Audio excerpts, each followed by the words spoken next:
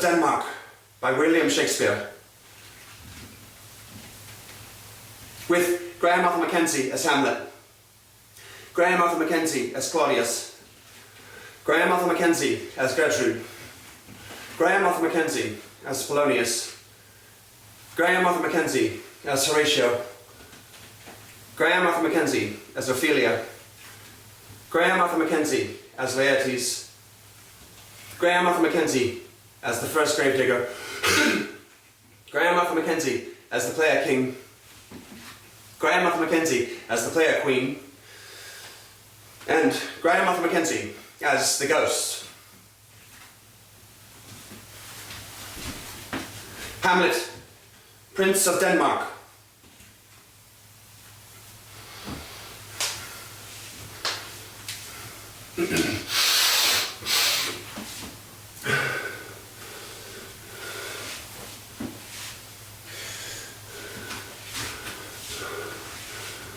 Who's there? Nay, answer me. Stand and unfold yourself. Long live the king! Bernardo, he! You come most carefully upon your hour. Just now struck 12. Get thee to bed, Francisco. For this relief much thanks. 'Tis bitter cold, and I am sick at heart. Have you a quiet guard? Not a mouse stirring.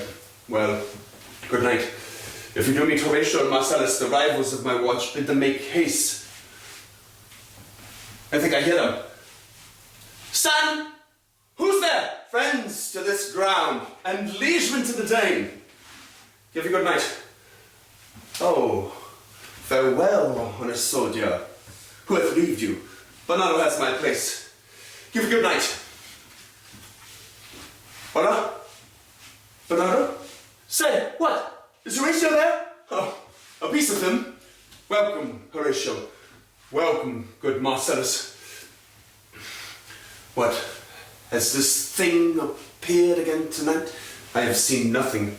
Horatio says 'tis but our fantasy, and will not the belief take hold of him, touching this dreaded sight, twice seen of us. Therefore I have entreated him along with us to watch the minutes of this night, that if again this apparition come, he may approve our eyes and speak to it. Tush, tush, 'twill not appear. Sit down a while, and let us once again assail your ears that are so fortified against our story, what we 2 nights have seen. Well, sit we down, and let us hear Bernardo speak of this. Last night of all, when yon same star that's westward from the pole had made his course to illume that part of heaven when now it burns, Marcellus and myself, the bell then beating one, peace, break thee off. Look where it comes again! In the same figure like the king that's dead. Thou art the scholar? Speak to it, Horatio! Looks it not like the king? Mark it, Horatio, most like. It harrows me with fear and wonder. It would be spoke to. Question it, Horatio! What art thou that usurps this time of night? Together with that fair and warlike form, in which the majesty of buried Denmark did sometimes march. By heaven, I charge thee, speak!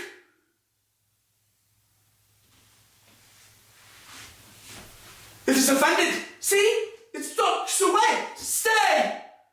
Speak! Speak! I charge thee, speak!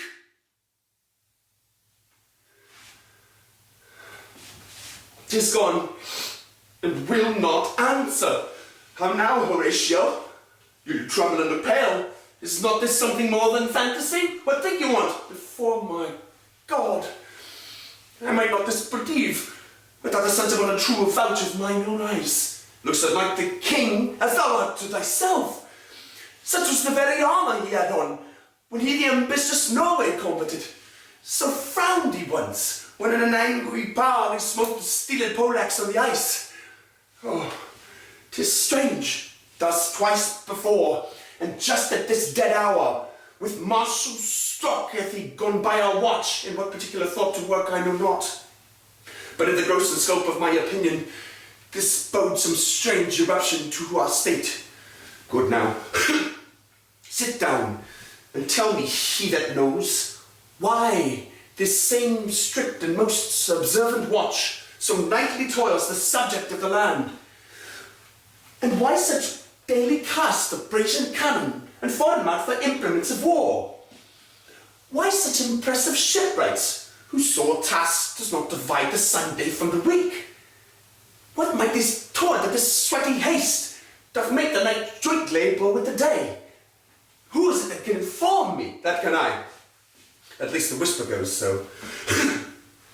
Our last king, whose image even but now appeared to us, was, as you know, by Fortinbras of Norway, thereto pricked on by a most emulate pride, dared to the combat, in which our valiant Hamlet, for so this side of our known world esteemed him, did slay this Fortinbras, who, by a sealed compact, well ratified by law and heraldry, did forfeit with his life all those his lands, which he stood seized under the conqueror, against the which a moiety competent was gauged by our king, which had returned to the inheritance of Fortinbras had he been vanquisher, as by the same covenant and carriage of the articles designed, his fell Sir Hamlet.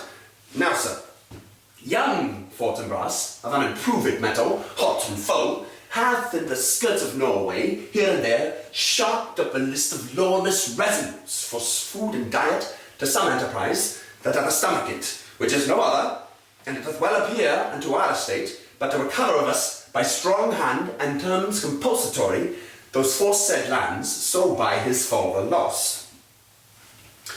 And this, I take it, is the main motive of our preparations, the source of this our watch, and the chief head of this post-hasten rummage in the land. I think it be no other, but e'en so. Well may it sort that this portentous figure comes armed through our watch, so like the king that was and is the question of these wars. A mote it is to trouble the mind's eye. In the most high and palmy state of Rome, a little ere the mightiest Julius fell, the graves stood tenantless, and the sheeted dead did squeak and gibber in the Roman streets, that stars with trains of fire and dews of blood, disasters in the sun, and the moist star upon whose influence Neptune's empire stands was sick almost to doomsday with eclipse, and even the like precursor of feared events, as harbingers preceding still the fates and prologue to the omen coming on, have heaven and earth together demonstrated unto our climatures and countrymen. But soft, behold, lo, when it comes again, I'll cross it though it blast me. Say, illusion, if thou hast any sound or use of voice, speak to me. If there be any good thing to be done, that may to thee do ease and grace to me, speak to me. If thou art privy to thy country's fate, which happily foreknowing may avoid, oh, speak. Or if thou hast appointed in thy life exalted treasure in the womb of earth, for which they say you spirits oft walk in death, speak of it. Stay and speak. Stubborn Marcellus, shall I strike it with my partisan? Do if it will not stand. 'Tis here, 'tis here.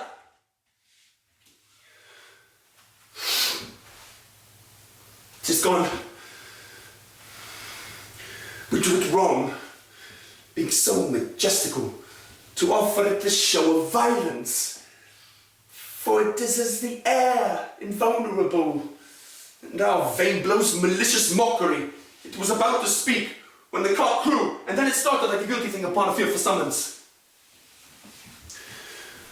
I have heard the cock, that is the trumpet of the morn, doth with its lofty and shrill-sounding throat awake the god of day. And at his warning, whether in sea or fire, in earth or air, the extravagant and erring spirit highest who is confine. And of the truth herein, this present object made probation. It faded on the crowing of the cock. Some say that if against that season comes wherein our Saviour's birth is celebrated, the bird of dawning singeth all night long. And then they say, no spirit dares stir abroad. The nights are wholesome. Then no planets strike, nor fairy take, nor witch hath power to charm. So hallowed and so gracious is the time. So have I heard, and do in part believe it.